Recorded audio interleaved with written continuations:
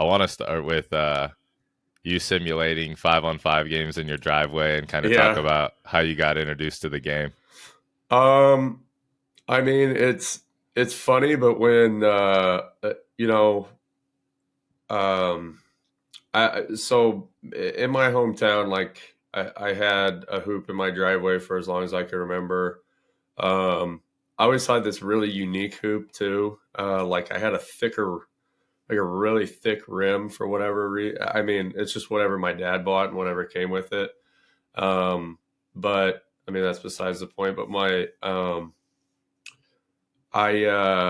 house is in town, but I was pretty far away from my friends a lot of times, meaning most of my friends lived on the complete opposite side of town.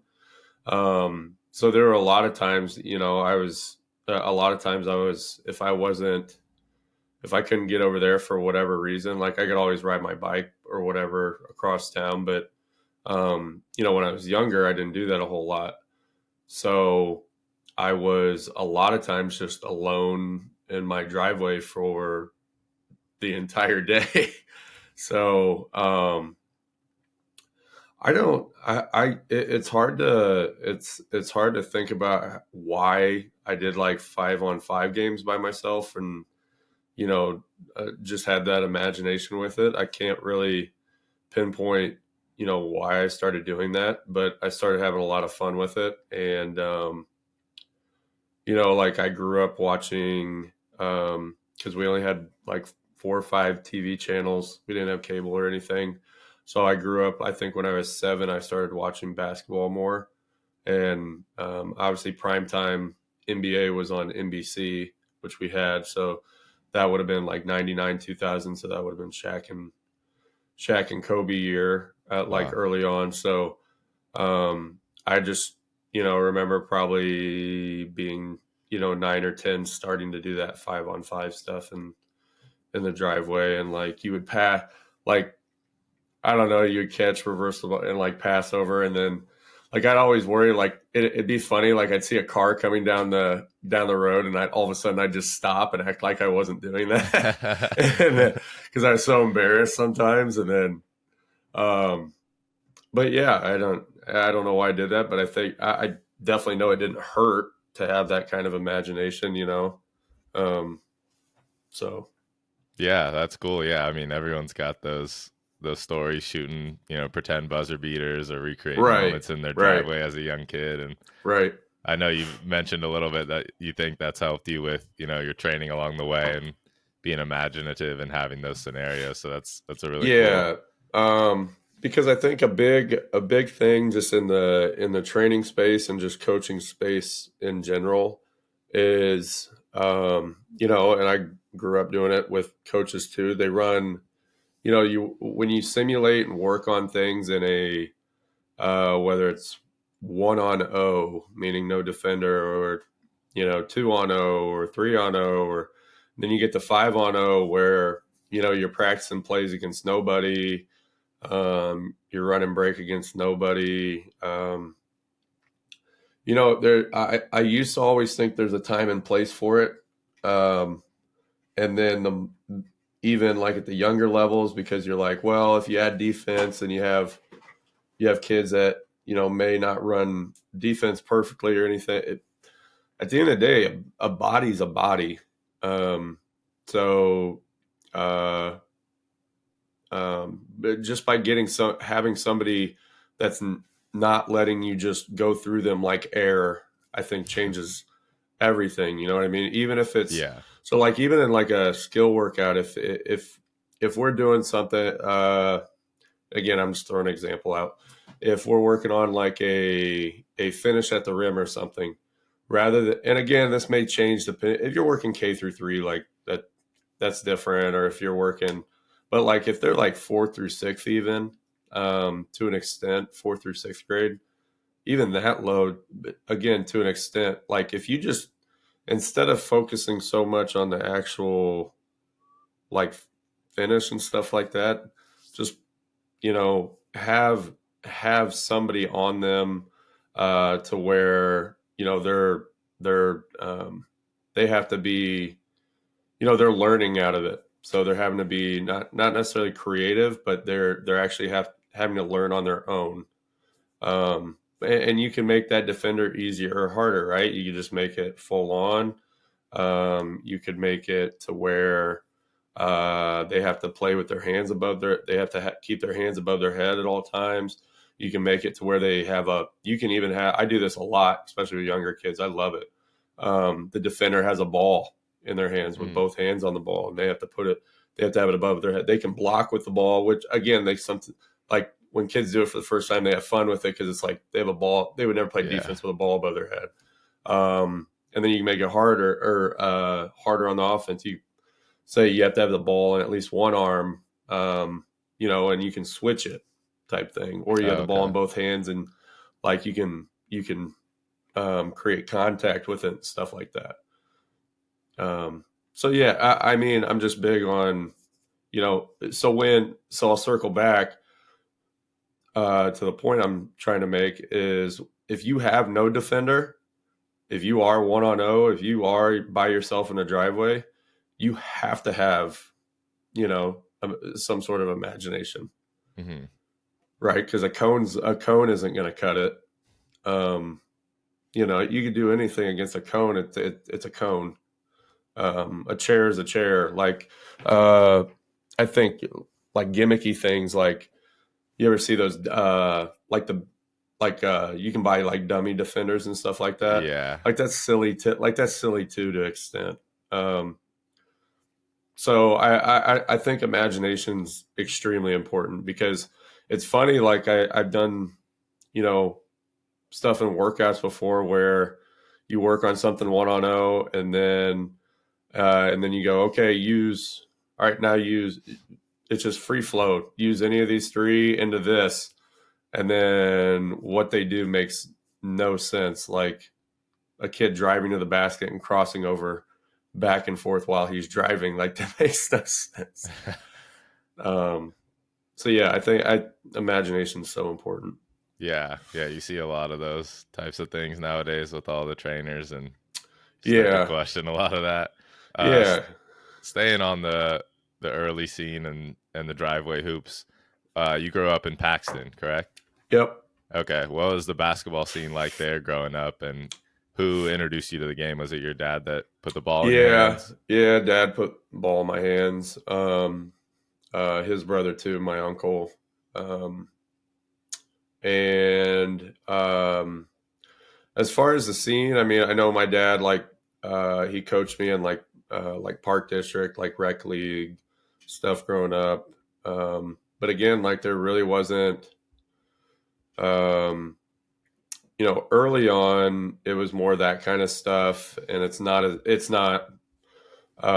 wasn't what it is now, obviously, as far as like year round or stuff like that, where I was going to a bunch of stuff when I was younger. A lot of it was on my own, but as far as like going to high school games and stuff when I was younger, even I really didn't even do that a whole lot.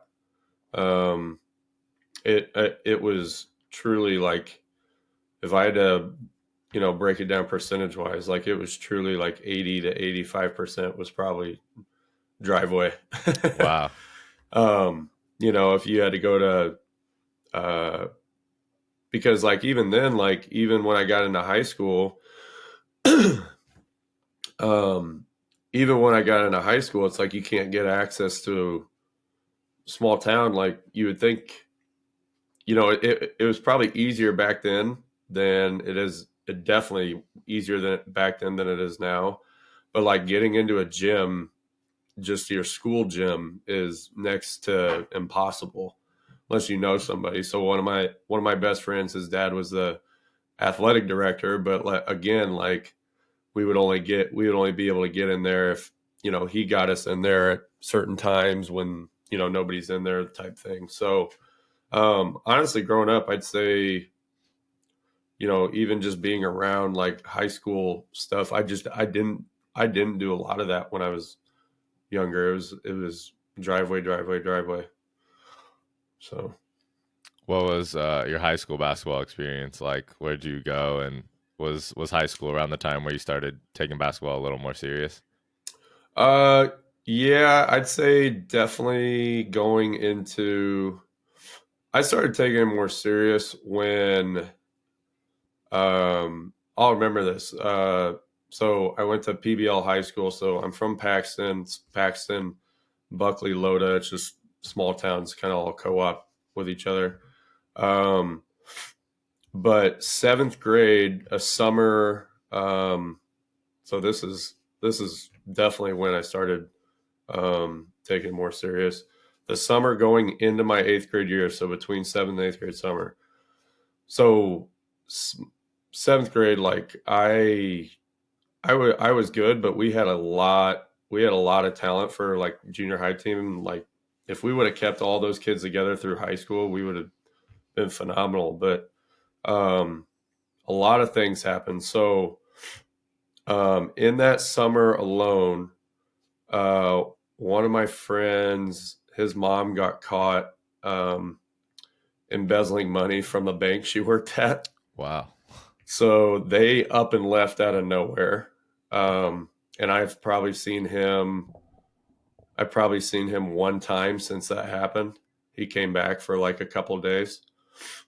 So they moved, never saw him again. He was one of the fastest kids I ever knew, point guard, everything, just tough kid. And then, what else? Oh, another kid, his dad, so like a grain elevator. I don't know if you know what that is even. No. Because you're West Coast. So yeah, when I say something like that. So it's literally like a big cylinder, steel cylinder. They store like grain in, basically. Okay. So, and they're very, very tall. So he's working on one on the top of it, big gust of wind. And wow. So, yeah, that was bad. And he moved after that. Another guy, another teammate, his pretty tall kid just grew really early. He was 6'2" as a seventh grader. He moved to Indiana over like his mom and dad splitting or something like that. Mm-hmm. And then one last kid, one of my friends got leukemia, and that knocked him out for 3 years until he passed away my sophomore year of high school. So like 4 guys right there that potentially, were, contributed, or if not, like were some of the best guys we had. And, they all go away, and I'm looking around and I'm like, all right, I've always been taller than everybody. I just kind of had constant growth, but like I've always been put underneath the basket. And the only time I would ever shoot something like in a game wise was free throws. Otherwise, it was all like, okay, you're the tallest kid, you go underneath the basket type thing. And so I'm looking around after all this happens, and I'm like, okay, I need to learn how to shoot like properly. So that's what I started attacking then, and I tried to teach myself how to shoot better. And then that just kind of progressed through high school with help from various people. How'd you go about that? How'd you go about teaching yourself how to shoot? Honestly, I can't remember. I just trial and error. Yeah. It's a lot of trial and error, because like, think about that. So I don't know, 7th, 8th grade, that would have been 13. So 2024, 2025, or not 2024. It is 2024. 2004, 2005. It's just like, you don't have access to the type of stuff you have now. You know what I mean? Like, all the training videos and just everything in general. So, trial and error. And, that's a lot of what, coaching and training is, right? You don't know if something's going to work until you actually try it. So a lot of trial and error, but then when I got to high school, I had a lot of help along the way. And then after high school, you went to play college Yep. locally, yeah? Yep. About an hour away from where I live, and that's where I live now. Oh, okay. I played at Illinois Wesleyan, which is a one of the better D3s in Illinois. Were you looking at any other schools, or did you know you wanted to stay locally? They, you know, I mean, I could have gone like small, probably like really small Division 1, some Division 2s, but like they just, you know, they didn't pursue me like Wesleyan did. And what really sold me, I love the head coach, Ron Rose, who's still there today. One of the nicest guys in the world. And the real selling point, though, was the assistant coach, because he reminded me, this is Coach Dave Feeney. He reminded me so much of my high school assistant coach, Mark Copley, that was in when I was at PBL. So that was a real selling point. It was just they were very similar people. So that sold me on there. What was your time at Illinois Wesleyan like? So that was 2011 to 15. I love the school. I love the people there and the connections I got there, because if I wouldn't have went there, I would not have gotten as good of a start to my training business as I would have when I moved back. Because when I moved back, like immediately, like you use you know, that affiliation that you played at Illinois Wesleyan, like you say that in Bloomington Normal, and all of a sudden you kind of get like not special treatment, but they're like, okay, he's, you know, kind of confirms you have an idea of what you're doing, I guess. Or like that, I don't know, that you're a good person. I don't know, but like it's good to be affiliated with that university. And so anyway, like me playing there. So when I got there, I wasn't much of a like perimeter player, and they wanted to turn me into one. And I was also, I think it was 6'8", 180 when I got there. So I was like very, very skinny. So freshman year was just, you know, back to the drawing board, like all development. And, you know, at a D3 university, you don't have coaches like putting you through workouts or anything. You know, now they might, but you had to do a lot on your own, or hope that like one of the seniors, I remember my freshman year, after every practice, like he would take me to the weight room for 30 minutes, and just every practice would take me to the weight room and just put me through something. So freshman year was really kind of develop into like more of a perimeter type player. So I was more comfortable out there. And then the summer going into my sophomore year, I messed up my ankle about 2 weeks before school started. And then that kind of spiraled into a total of 3 ankle surgeries. And by the time you knew it, I graduated and I was done. So, Wow. yeah, I was part of, but I never quit. I thought, I mean, doubt kind of came and went every once in a while, but I never quit, and I kept coming back from it. But I was on, you know, I was on the team of 2 teams that went to Final Fours, which again is great. But at the end of the day, I've honestly feel like I wasn't really a part of them, because I didn't contribute like I hoped. Obviously, I'm on the team, but never felt like I really did anything. Wow. What were some of those mental struggles like, watching, you know, being on those teams go to the Final Four? And sitting at the end of the bench in warm-ups and never putting on a jersey. That and then always being in like a boot or a cast or whatever it may be. Not great, not fun, not fun. Yeah. Not always fun, but like just just staying positive through it all. I just knew if I quit, I'd miss it. So yeah, you said no you matter what. thought about quitting a couple times. What kept you coming back? I mean, usually people consider that after one, maybe two injuries, and with three Yeah. on the same ankle. Yeah.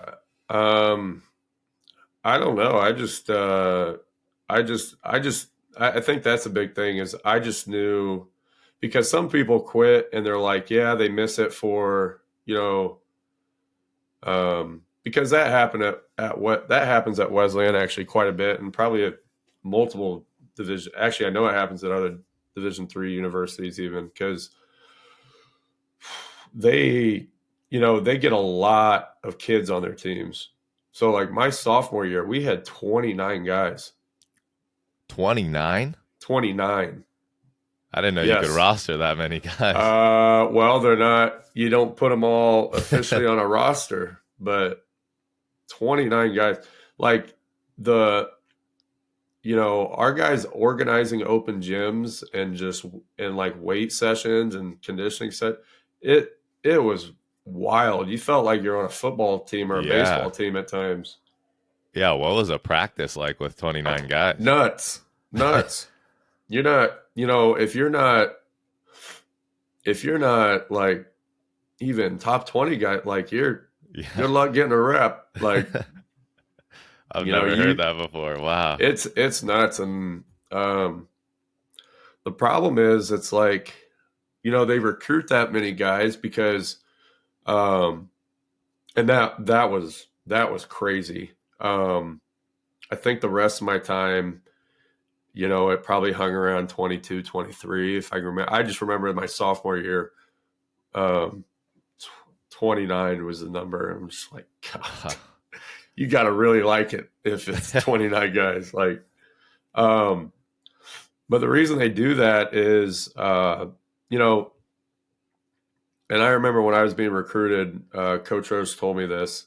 There's like different tiers of how they do the recruiting. It's like, okay, there's that first tier where it's like, okay, we want you, we're actively pursuing you type thing. We can see you being like a 4-year guy.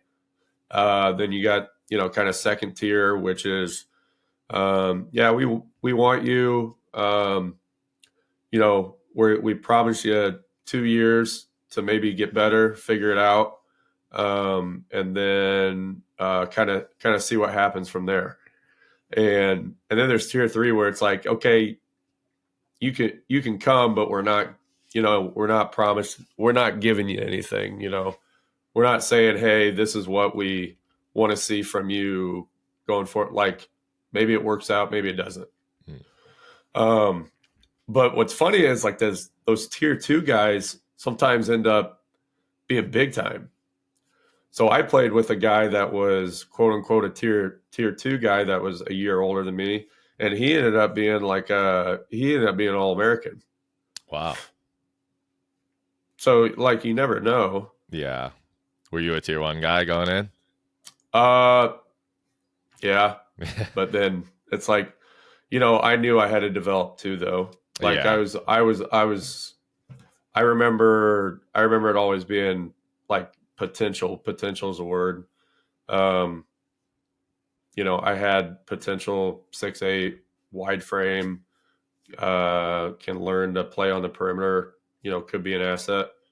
But it's like, I felt really good going in my sophomore year before that injury happened because I was actually working with a guy named Kevin Ratch, lefty. We were like the same height ish, and he was playing high level overseas basketball. I got connected with him through Coach Rose because Coach Rose coached him when he was in high school. So that's where I got my first taste of like I can work individually with somebody to better myself. Like somebody can put me through a workout. type thing. That's where I got my first taste of that. But yeah, I mean, yeah, from that standpoint, I don't know how we spiraled to this, but yeah, I mean, I think it was from like, I just never, I can't say I never thought about quitting, but I just know if I would have quit, I would have wanted it back. Like, I would have kept thinking about it. I don't think I could have just walked away from it. Yeah. Did you have hopes of playing overseas after college before those injuries? Was that your plan, or college was it? You know what's funny? Like, I really don't know. I really don't know. Like, before the injuries, you mean? Yeah. I just wanted to play. Like, even looking back at like being recruited, or like high school going into college, I remember not even. It's funny because I think about it, and I think about how much people are worried, like kids are worried, like think about what college they're going to play at and getting recruited and getting noticed so early. Like when I was 9th, 10th grade, I didn't think about that at all. Like I just wanted to play. And like I didn't go to like all these exposure things, this showcase stuff, AAU. I didn't do any of that. I just worked. Yeah. And like I didn't do AAU until I only did 2 years of it, and terrible experience. I hated it. I couldn't stand it. Yeah. It was so annoying to me. And even like my mom, who would go to all this stuff, and bless her heart, she'd take me to everything, and it's just like I could see the frustration on her face too, even though she was just like, maybe like she was so hopeful that each thing we went to is going to be better. And it's like, okay, you do all this stuff and then you end up at a school that's an hour away that would have seen you anyway. Yeah. What are we doing? It's silly. Yeah, all the AAU and the social media and D1 so or bust. Yeah, it's so silly. That's a whole episode in itself. I know. It's like there's a kid I work with that goes. He's at IMG Academy right now. Wow. Cole Serta, and he was in an Under Armour event this past summer, the Elite 24. Okay. Which was in Atlanta, and I went out to that with him, just because I thought it'd be cool to go out and do that, because that's a really big deal to him. Mm-hmm. And what's funny is like you watch these. So like I watched like the practices they had, and then they had a scrimmage. They had like development stuff, and then they did a scrimmage where they split the kids, and it wasn't the main event, but it was a scrimmage, like a practice scrimmage thing where they kept score and everything like that. So they played like an actual game with refs and everything like that. And then you go, and then I'm hanging out with his dad most of the weekend, and we go eat lunch or late lunch or something like that. And we're looking through just like Twitter and like different socials and stuff like that, and different clips, because there's videographers and photographers everywhere, obviously. Yeah. But then you got all these guys writing like little bits about players and stuff. And like you'll watch clips of certain guys, or you'll read like a tweet or something like that of what one or some of these kids did. And you're like, he didn't play good at all. Like he didn't do anything, but they got this big long write up and all these promising things about him. I'm like, yeah, but like he didn't do anything. Like it's so overhyped and overblown. Yeah, it definitely is. So so after those injuries, I know you talked a little about that was kind of when you started to get more into the training scene, trying to rehab yourself back, and a little bit you started watching some Pure Sweat basketball stuff, which at the time, I mean, Drew Hanlon and Pure Sweat was nowhere near what they are now. So talk about what that was like and watching those videos and Drew Hanlon's impact on you. So it's funny because I went through everything. Like the OG in the training space was guys like Gannon Baker, if you know that name. Mm-hmm. So I remember even looking at some of his stuff before I found Drew, or the other one that was kind of early in the game that, Michael Lancaster, I think, that does like that I'm Possible stuff. So, but then I found Drew and I'm like, well, his stuff actually makes sense to me from when I was like putting myself through workout, because I'm watching this stuff and I'm like, oh yeah, I actually do what he's working on. I actually do that in a game. Like I would actually do what he's doing in a game. And now he put it into a workout form that makes sense to you. And yeah, I just fell in love with the stuff. I remember his first app that he came out with, it was a little buggy, but I think all apps were, even in, 2012, 13, whatever. But it worked, and I kept going. I just remember always going back to it. I just wanted more and more and more, and I always kept going back to it. And then you went to a camp, correct? So basketball is all over. I mean, I don't even remember how I connected the dots, or like what it said about the clinic or anything like that. Or I never even remember how I came to the decision to go to it. This was after your college career? Yeah. So this is second semester of senior year. Season ends, we lose second round of the NCAA tournament. And then I never had a spring break. Like a bunch of my buddies had never actually gotten a spring break because we were always in the NCAA tournament. So we did that. We planned the whole trip on our bus ride back home. And then we left, we drove through the night and did that for a week. Wow. Down to Florida. And then I get back and I'm like, okay, basketball's done. I thought about, and I did visit University of Illinois Springfield, and I put a bunch of feelers out because I was like, okay, I'm back to healthy now. I was back healthy that second half of the season, but by then it's like too late. And like, what rotation are you going to break by then? Yeah.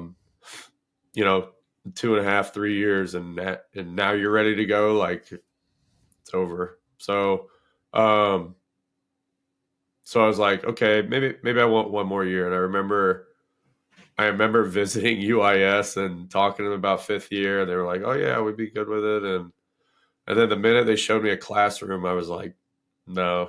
I was like, no, I don't want to go to school. I'm done. Like I'm ready to start life. And then, so back to like the Pure Sweat thing, I saw Drew was doing a clinic in St. Louis where he was teaching his entire curriculum at the time. And he doesn't go about clinics like that anymore. But at that time, he's going to teach it, entire clinic or whatever. And I knew I didn't know going in, he was going to have like a separate meeting where like, hey, we're trying to grow this. Anybody interested, stick around type thing. I had no idea. I was just going because I was so interested in him. I was so interested in what he did and that type of thing. So I was doing all these interviews, and even second interviews in Chicago, like middle of the week. Like I would take class time off, to go, do these interviews for sales jobs and marketing jobs in Chicago. And over, just no. I wouldn't get anything. I thought interviews would go awesome. And then a week later, nope. So I remember my last interview was at Groupon. I don't even know if Groupon's is Groupon a thing anymore? Kyle? Is Groupon a thing? I don't know. I have no idea. And I remember being in there, and I was there. There was a woman interviewing me, and then she said, "Okay, well, I'll be right back." And then another higher up came in and talked to me for a while, and then he left, and he was gone for like, I swear, I was in there for like 30 minutes by myself, and I'm just like, I'm like, what is going on? So he finally comes back, and one of the funnier things, and I haven't told a lot of people this, and I don't know, I don't know if it's, I don't know why I said it. I think it was just funny, so I said it. But he goes, "You know what, Brandon? After going over some of your answers you gave, so and so, and then just talking to you here, it's like." He goes, "You really don't sound like you even want this job, do you?" And I go, and I replied, "You know what? I think you're right. Have a good day." Wow. And I walked out. So I might have been going into that with my mindset on going into the Pure Sweat thing anyway. Okay. So did you go to the Pure Sweat camp with the mindset of, I'm going to try to be a trainer, or you just liked Drew and wanted to see what it was about? I just went to go, and then when he had that 30-minute meeting on the side, I was like, "Oh, yeah, let's do that." Like, why would I not hear what he has to say, type thing. So, and then it's like,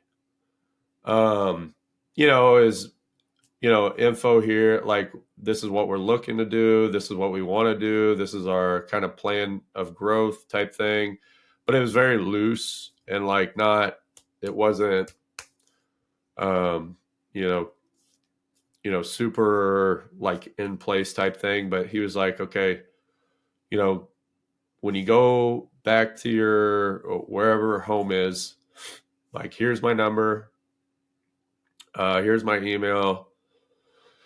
Go prove not just to us, but prove to yourself like you can get not necessarily a following, but like you can do this on your own, and like you can get a book of business type thing."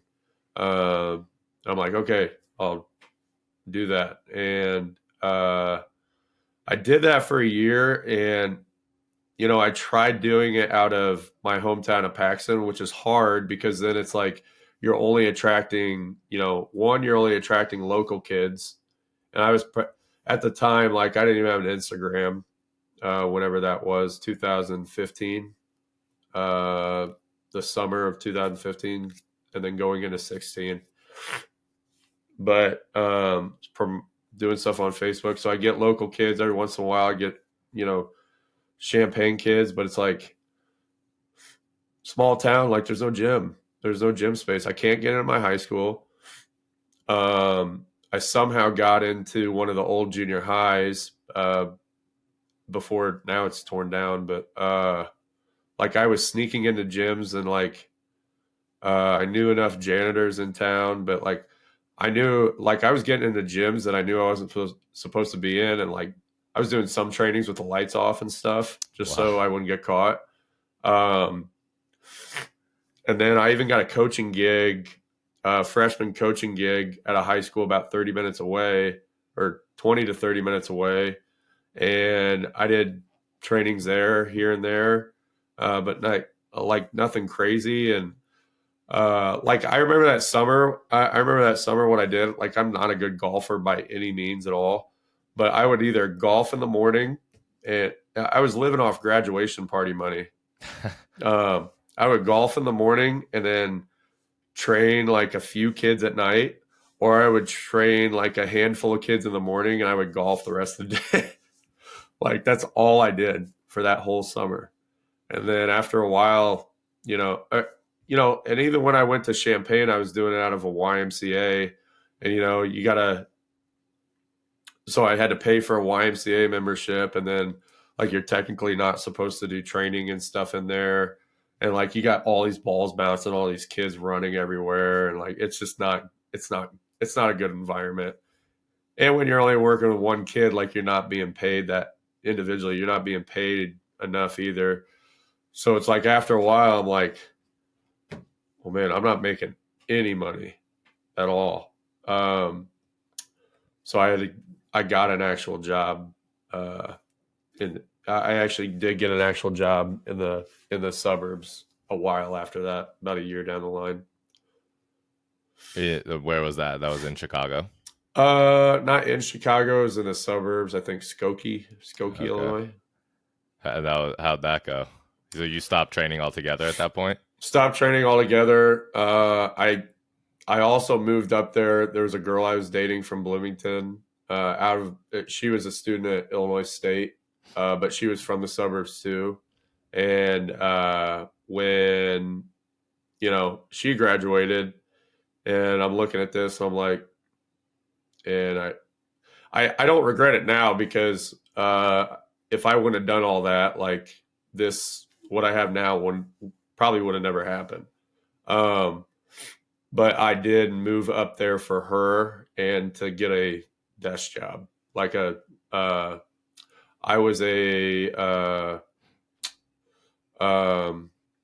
worked in like logistics, basically. So I was on the phone like for 10 hours, 120 phone calls a day.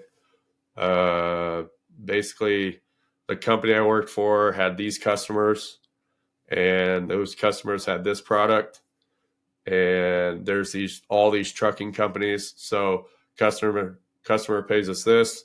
I try to get the trucking company to do it for this, and then our company makes the middle. So at that point, basketball was done for you? No. Yeah, as far as from a like training aspect or anything like that. So, but like as far as like playing, I played every single day. Okay. I played every single, because like you're sitting at a desk for 10 hours a day, like drinking coffee, eating garbage, drinking. One of our customers at that company was Monster. So I got a little far into Monster energy drinks, which wasn't good. And like by the end of the day, I'm like, okay, I can either sit around at home or like go hoop. So I hooped all the time. There was a fitness place, like a fitness club or something, like a mile from where I lived. So that's all I did. I want to read a quote from a previous interview. Okay. After being in Chicago for 9 months, I had hit rock bottom. 3 months in, my girlfriend dumped me. I hated my job, making 100+ phone calls per day, working long hours, and making base pay. I missed my family and friends who lived 2.5 hours away. After having a conversation with a close friend while being home in Paxton, I decided to take a chance at the basketball training. I quit my job, moved back to Bloomington Normal. With $300 to my name, I moved into a small house with 3 other people I didn't know and got to work. While I was starting my business, I drove Uber on the weekends at night, and I was a substitute teacher during the week. Wow, that sounds like I mean, you said it, rock bottom. Talk a little bit about that experience and what the transition and decision was like to get out of that and try a basketball again. And you know what's funny? That's a guy with a college degree from a university that has an 88% job placement rate. Wow. So it's like looking back, did you need the college degree? No. Did the experience and the people you met along the way, and the fact that that university is so respected in the local, like just this in a 60-mile radius, yeah, that was important. But as far as like, yeah, the rock bottom part, I mean, you pretty much said it all. I was in a very, very low place. And, You know what? Another guy one guy that I met while I was up there probably he helped me at least keep myself sane through it all. And I haven't talked to him in a long time. But I met him randomly when I was hooping at one of the other fitness clubs, because there's like a chain of fitness clubs everywhere. So like if you go to a different one in a different suburb, like it's a different gym, like the gym's different. The people are obviously different. You're playing against different people. It's just they're all spread out all over the place. So I remember one day I just went to a different one and I met him. His name is Fred, and I got to know him and his wife pretty well. And the funny thing is, he was actually playing. He was playing in a rec league inside of Chicago, like in the city of Chicago, and he was playing with a bunch of Illinois Wesleyan graduates that when I was an incoming freshman, they had just graduated. So I knew of them because I met them on my visits and everything. So I got added to their rec team or whatever, their league team, their men's league team and stuff like that. So he helped me stay somewhat sane through it all, just because, he's the only guy I hung out with when I lived there. We would just do hoops or, go out, whatever else. And then otherwise it's like, I'd say I was home probably 75, 80% of all my weekends. Cause it's just like, if I hang out here, like I'm going to drive myself crazy. So you go home, you're driving Uber on the weekends, subbing as a teacher during the week. Was that kind of the point where you're like, I'm going to make this basketball training work? Or well, yeah, I had to. I remember when my mom and dad moved me, because like the pictures didn't do that place justice at all. You see a picture of something and then you go see it in person and you're like, oh, that's not what I expected type thing. Even I had that feeling. Like I remember we moved we packed everything up the morning, in the morning on a Saturday in Chicago, drove it all down and unloaded everything that same night. And we started unloading everything and my mom and dad are like, Brandon, what have you done? Because I joke with people, I was living in a Harry Potter closet. Jeez. It was bad. But I mean, I didn't care where I was living because, so I literally had a whole studio apartment, like a pretty big studio apartment for like suburbs and stuff. And it was nice. But then I really downgraded. And you're sharing it with 3 people that I never saw, like I hardly ever saw them. So it was, I was just like, this is it.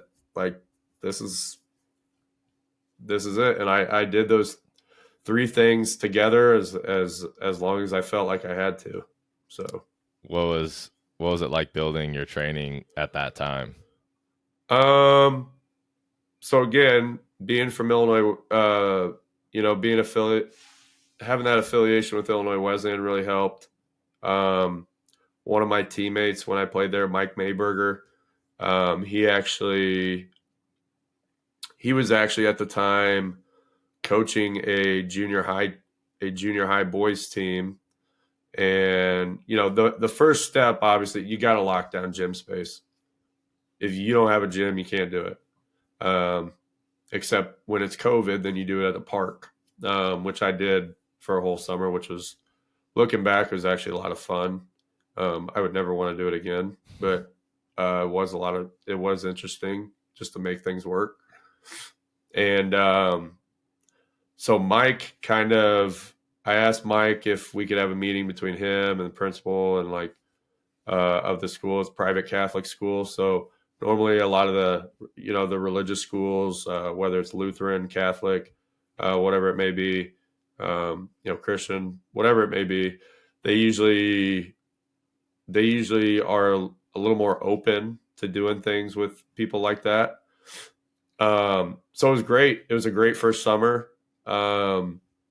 And I worked like Illinois Wesleyan's basketball camp, like their summer camps and stuff like that, which I had already been doing like every summer anyway, since being a player there.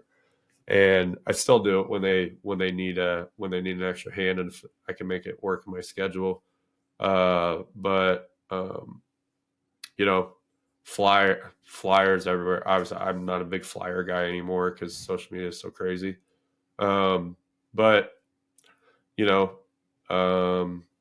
that's just trying to be everywhere you could be, and doing it that way. But like the journey up until where I'm at now, it's like I had to, like, my gym situation would change every year, would be different. So I started in that school, and then it's like, oh man, so then like the higher up above the principal, like just the principal was like, we're seeing this guy in there a lot more than we originally thought. Like, we got to scale it back a little bit. And then they start like limiting this and that. And it's like, okay, this isn't going to work. So then I coached freshman girls basketball at one of the high schools here in town. And then, so the AD there, he was cool with it. So I had a key to their gym. I kind of did it around our practices, other people's practices on the weekend. There's a huge church, Eastview Church, right next to it, where they have a huge court, 12 baskets. And, I got close with the program director there, the youth program director there. And at the time, like, I was able to get space there, just by, I would ref, I would do free camps and stuff for them. I would even ref like flag football. I would just do anything I could to give them my time for the gym. And then, same thing started happening at the school that I coached at. It's like after the first year there, that second year, they had a new AD, and he didn't like me in there at all. He kind of had the view like, well, why should I allow you to be in there, type thing. So then I had to get out of that, stop coaching there. And then same thing happened at the church. It's like the higher ups were like, he's in here a lot. I know he's not causing any problems, but he's in here more than they thought I should be. So, and again, that just down the line, it just went like that until I finally got my own space. So what was the first time you were like, oh, I've really, hit a turning point? I think I can do this full time and make this a career. Where was there a big break or any moment specifically that you remember? It's really been just a gradual, I'd say it's really been a gradual thing. I never really had a real like giant spike. Trying to think if there were any like giant spikes. I mean, starting out, like the first like bigger name I had, that was in town, like he always wanted to work, and we grew really close. I mean, I don't consider that like a big break or like a turning point or anything like that. No, it's hard to think of just one. There's been like little I'd say there's like milestones along the way. No real like turning point, but like milestones where I've sat back and I'm just like, okay, this is cool. This is like it. Like I made the right decision. Yeah. what was the biggest thing that you had? What was the most important decision you've made to get to that point? Is there a decision that you think affected that the most, or like I wouldn't have been here without making that decision? Well, I mean, I think I think when I decided I was going to move back and try this, because I knew when I moved, when I was like, all right, I'm done with this suburb Chicago life. Like I don't like it. I don't like anything about where I'm at. I didn't like myself even. Um, but like I remember going home and the person that got me to think about this and like actually pull the trigger. Like growing up, he was the neighbor. He was my neighbor back home across the street, and he has two sons that are like my brother today. He's also been like a father figure to me too. I mean, my dad was great growing up and everything.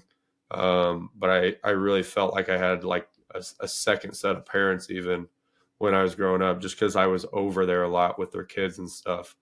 And it's funny, we're literally sitting in we had late, like I've had tons of late night talks with him, but like we're sitting in his hot tub, just kind of hanging out, listening to country music like we would always do. And then he asked me about how things were going and where I was at. And I just kind of let all of it, I let everything out. And he kind of picked apart, and he's like, why don't you just do this if you want this so bad? Like, and I was,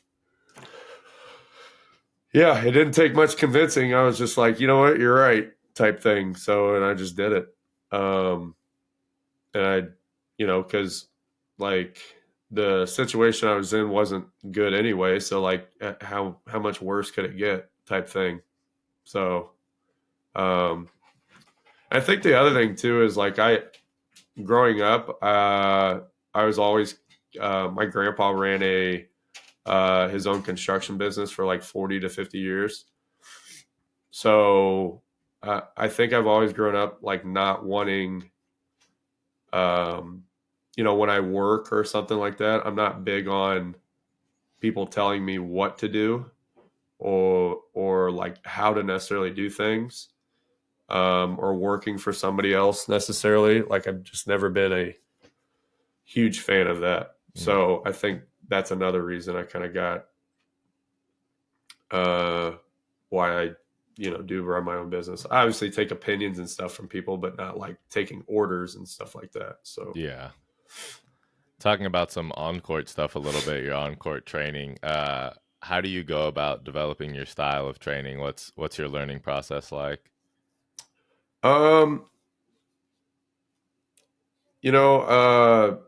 Obviously I was mentored by Drew Hanlon, and kind of, I think the way I go about things was probably shaped by him very, very early, and still is. Obviously I'm still with Pure Sweat. I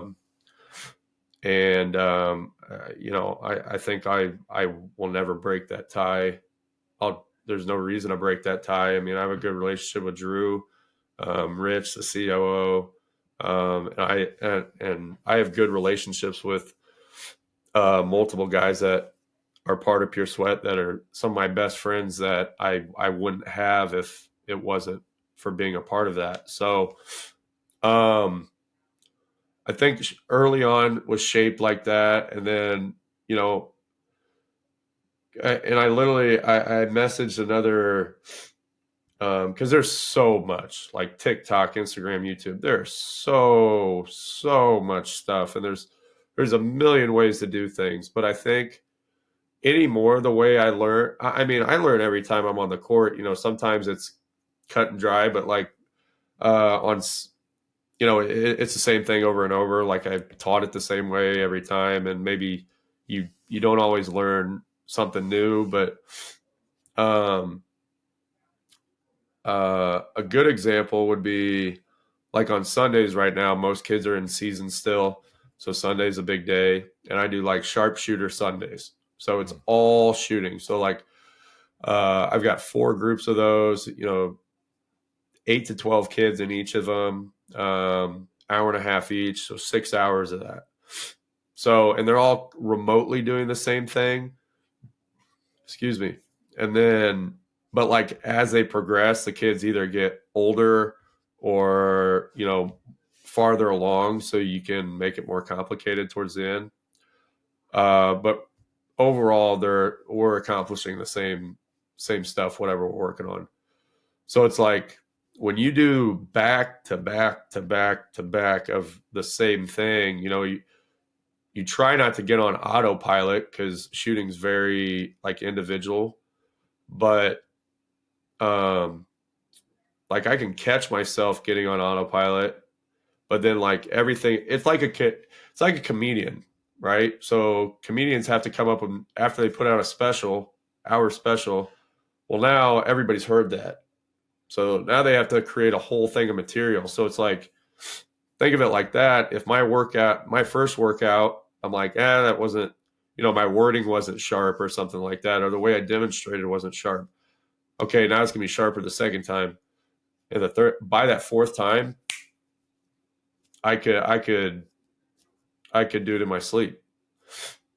But as far as like a training style, going back to like there's so much on Instagram and social medias and stuff like that. I had a conversation with a trainer over Instagram DMs the other day, and I messaged him, and he's got a really good following, but I messaged him, I'm like, man, I love like some of the live games and like 1-on-1, 2-on-2, 3-on-3 stuff.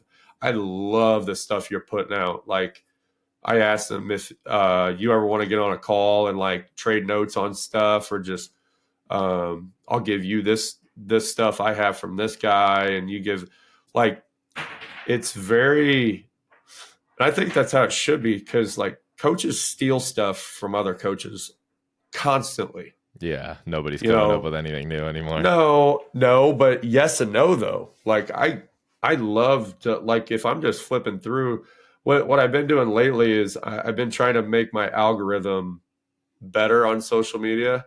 So I'm constantly seeing the guys, or like different types of things, because if I find something maybe I don't like it, but I think I could take it and find a use for it that has purpose, then I'll just try it. Like my last social media post that my media guy put out, the first thing I say, it's a Wednesday workout. We do handle the rock Wednesdays, so it's literally handles for like an hour and a half. A lot of kids really popular. And the first thing I say on the video is, all right, wing it Wednesday. Because it's like, and what I mean by that is like, I have a bunch of new stuff I just want to try. And if it doesn't work, if I see it's not working, but I structure it, so if I see it's not working, I'll move on really quick. I'll just, okay, scratch that. That didn't work. Or if I think I didn't teach something the right way, maybe I'll try it again later. But again, like I don't know what we were talking about earlier. Just me learning how to shoot and stuff like that. It's trial and error. Yeah, that's all it is. That's all coaching and training is. It's trial and error until you find, and then you try to poke holes in everything you're doing. Yeah, I think you said it perfect with, you're doing 4 sessions, and then by the time you get to the 4th, you should be firing on all cylinders. Yeah, you're learning as you go. Yeah, for sure. If you had to give a TED Talk on a specific basketball nuance, what do you get? What do you feel like you've mastered? Are you talking about pick and roll? Are you talking about catch and shoot threes, mid-range pull-ups, perimeter defense? What do you think your specialty is, or your area of expertise? I think I've And I think I've gotten really good at just shooting mechanics. And by no means did it come from just me figuring it out at all. But again, like taking things from different guys, I think is so important. And then like really figuring out, okay, why is he saying it this way, or why is he teaching this way? Because the way, for example, the way Drew Hanlon may correct somebody's shot versus, this guy's not a mentor of mine, but I've had conversations with him here and there, and I bought some of his shooting programs and stuff like that. His name's Mike Dunn. He is awesome from a shoot, and that's all he does. His program's called Keep Shooting. It's called Keep Shooting subscription. So like he works with players and kids like all over the world, like and communicates with them through like WhatsApp or whatever. But I learned a ton from him on shooting, and I've really taken a lot what he teaches on shooting. Now, the way he teaches shooting from the way Drew teaches shooting, night and day different. I've taken things from both of them. I've taken things I like from Mike more than I like Drew, and vice versa. And I think I've gotten my stuff to a style that I think I can kind of pick apart may it be a problem, or that needs to be corrected, or maybe an adjustment or an improvement that needs to be made. I think I've gotten really, really good at. I think that's probably the thing I'm best at is that. And it's probably a reason why those, sessions are so, one of the reasons why those sessions are so popular. At the same time, the minute you think you know everything, you don't. And a perfect case of that is, as I say, I'm really good at, correcting shooting mechanics and stuff like that. There was one kid that's an 8th grader. I could not figure, like everything we did looked like I'd video it and I'd watch it. I'd watch it from all angles, and I'd watch it and watch. And one day I spent like an hour just watching, and I'm like, I don't see anything wrong. And I can't figure out why when it comes off his hand, it's spinning the way it is. Or it was something like that. And so I'm in a group text with a few of my Pure Sweat buddies, and I send them the videos, and I'm like, guys, I'm stumped. Got any ideas? And one of them immediately goes, oh, bro, it's right there. I'm like, oh, now I see. You know how you look at something for so long and you can't see something? Yeah. Or you're just, you don't step away and you're like, I'm not moving until I figure this out. Like it was one of those.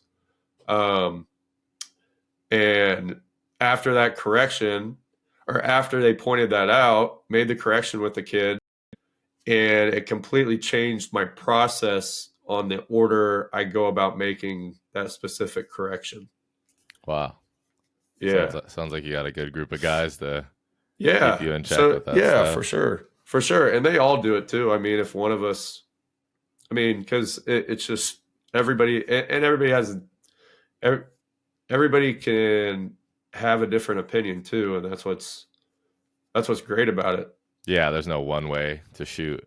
You see all these guys in the NBA, and and you know what? Sometimes there's a crazy looking shot, but it goes in. And like one of the best shooters I ever worked with was the most unconventional thing I've ever seen. His name was Zach Knobloch. He played kid that transferred to Illinois Wesleyan, so that's how I got in with him. And he transferred to Illinois Wesleyan. He played like a year and a half, and then ended up a year and a half longer, ended up quitting. He could only do one thing, shoot. And he was really good at it. But this is it. this is what it looked like. He would do this, and his whole lower body would twist and turn. And so he it was could just like knock a it down still. flick. And like his workouts were literally like, for example, I had some of my own shooting drills, or shooting challenges, like with records and stuff on them. And then, through Pure Sweat, Drew has a ton of these shooting challenges with records on all of them. My workouts with him were literally, I'd bring, I'd just open up the records on my phone. And I'm like, all right, which one? All right, let's try to beat this one today. And then if we beat it and had enough time, it's like, okay, which one do we? Okay, this one. Okay, great. And sometimes he would beat it. Most of those are, most of the challenges, like you would expect, you need another body to either rebound or pass. He was breaking these challenges with just me rebounding. Wow. So it's like, and all he did was he'd flick, and then his lower body would twist with it. It was so, but it's like, there's no reason to correct anything. Yeah, if it's going in, it's going in. So, so it was so weird. It was so weird. Like you would never teach anyone to shoot like that, obviously. You've been on the court with guys like Jason Tatum, Brad Beal, Joel Embiid, Chet Holmgren. What are some things you took away from those workouts, or what's the most memorable thing you've picked up being around NBA All-Star caliber guys? Well, Joel Embiid, he was like my bucket list one, because I'm such a fan of I'm a huge fan of like mid-post game. Same. I love it. It's my favorite thing. And I did so, and because of the size of my driveway, I did so much of it growing up, like without even knowing it, especially when I was younger. But, he was on my bucket list for guys I hadn't guarded yet with Drew and everything, because he likes to keep everything. Joel likes to be very private. So I did get to guard him this past summer. And as far as things I took away, like he is so massive. The funny thing is, I've never been like scared to guard any of these guys, or like intimidate or anything like that. But like, I think the first summer I was like a little, not overwhelmed, but like starstruck type thing. And then after that, it was like, because when you go back and help every summer, it's like you see those guys again. Mm-hmm. So it's like, oh, I've been here before type thing. But Joel, I've never been more scared guarding somebody, because like he'll knock you around. So that was a really cool experience. But as far as like things you take away, is they have no extra movement in anything they do. Like they are so sharp. And like now when I watch NBA, like when I watch those type of guys in the NBA, and you just look at like, there's never any wasted movement. Like Drew always talks about trimming the fat. So, for example, if I'm driving and I need to stop and go between the legs and change direction, a lot of times players either like hop, or they take an extra step, or they don't stop effectively, whatever it may be. Or their foot placement is way off. And so when they change direction, now when they take off again, they're like off balance, or it's just awkward. And when you watch these guys, it's just like, okay, like when they stop, like their back foot could not be in a better position than that. When they do stop, like they stop on a dime, they don't have any extra movement. So like Drew talks about trimming the fat with everything. That's one huge thing I took from him. It's like, okay, or like with shooting, I like to say get rid of like jagged edges in your shot. So think of like say I got a tree branch or something, and there's a bunch of limbs off of it, like just jagged, sharp edges or something. I just want to smooth that out as much as I can. Or another example, like when Drew says trim the fat, like take a fatty piece of steak and just take all the fat off of it and just leave like the lean meat type thing. So that's probably the biggest thing. So now when I watch these guys on TV, I'm like, yeah, it's just every step, every dribble happens when it's supposed to happen. Yeah. With those guys, I mean, you see it, like you said, when you watch, and just some of the best offensive players make the guys in front of them look like they're not even there. They look like like a cone. Like, and it's those details. It's that foot placement, like you said, and to see that up close had to be a great experience. Yeah, it's effortless for them too, which it's wild to watch. Obviously, like Drew's working with like some of the best, one-on-one players in the game. So like when you think about like when I was growing up, like think about the Spurs. Like they didn't do any of that. Like the only real one-on-one guy they had was like when they called an action for Tim Duncan to get mid post, and his moves and movement were very basic and simple. They relied on ball movement unless they relied more on ball movement and less on one-on-one play or somebody's number getting called or things like that. So, which I like. I mean, I you can't speak for everyone, but like I think a majority of people that actually understand basketball and watch basketball, they probably prefer watching that more than the ISO play. I mean, it is what it is, but like if you watch like a EuroLeague game, there's none of that. And that stuff's fun to watch. Definitely, yeah. From like you said, if at a higher level, tuning into EuroLeague is a dream. It's like watching those early 2000s Spurs.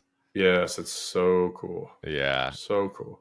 What's the most rewarding part of training for you? I know I said it in that Local Hoops article, but the most rewarding part is seeing having a kid that I've worked with or having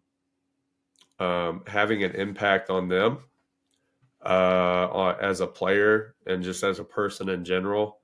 And then, whether they go to college, whether they play college basketball, whether they, have a really good high school career and they're happy with, just having a good high school career. And then, them always being a friend or acquaintance down the line. Just having an impact on other people's lives and like giving them something, especially if they go to college and play college basketball. Like very few people get to play any college athletics. So,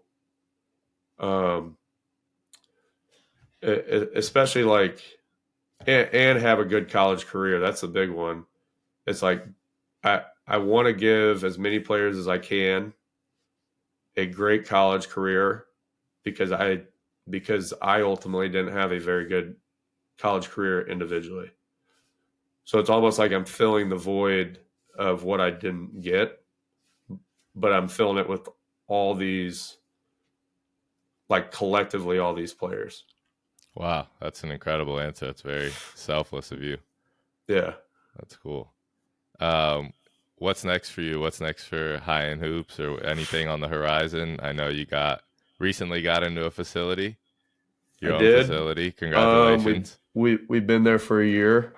Been there for a year, and have the court, have one court, one high school length court, have 4 baskets. Got 2 shooting machines, top of the line ones.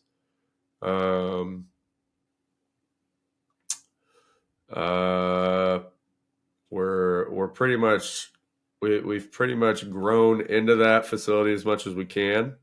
Can't really put any more money into it to make it any better than it is. So in the process on some stuff, whether it happens or not, we'll see. But I'm really hoping, a few things fall into place, and maybe we'll expand into more space. But a lot of things have to fall into place the right way. So I actually just got done with last night. Actually, I had 2.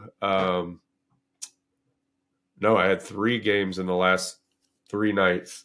I coached junior high, 7th and 8th grade boys basketball the last 5 years at private Catholic school. And I started that to get a gym at first. And then I loved the parents and I loved the kids so much, I just kept doing it. But I think this year's my final year of it because it's taken so much time from business. And I lost out on a lot of money this winter because of it. So it probably needs to be done. But now that we, 7th grade was done after Monday, 8th grade last night, we lost a heartbreaker. So we're done now. And now, I'm back to all in on the business side. So, a lot of hard work to go for this month of February, and hopefully get some things to fall into place for this next step.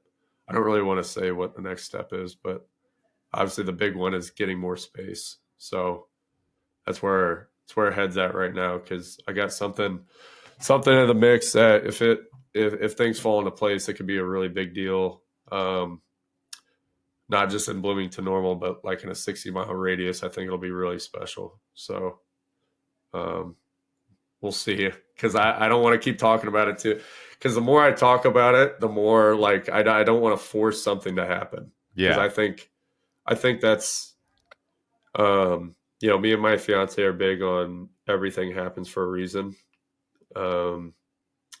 And all we can do is control what we can control. And if, we don't like something we have no control over, it's fine. Like, move on. Which is really hard to do sometimes, but you just got to let it go. Yeah, that's a great mindset to have. Well, hopefully those things do fall in place. Yep. I like to end every episode with, what's one piece of advice you'd go back and give your younger self? So from everything you've learned through your playing, coaching, your time working in Chicago doing sales, what's one piece you'd go back and tell yourself? Probably right what I just said there at the end. And funny enough, for my junior high season this year was 7th and 8th. I told them this day one at the beginning of the year. This is what we need to be about all year long, which is the main point: control what you can control. And the big ones, the big 3 we had were your energy, your effort, and communication. Because communication solves everything. If there's a miscommunication on the court or no communication on the court, now we have and something happens that we didn't want to happen, it's an issue. So communication will solve everything. And that, I think that applies just about everything. If you control what you control, again, energy, effort, communication, your attitude, because if you do that, then adversity is, any adversity you face is going to be, you're going to be able to get through it.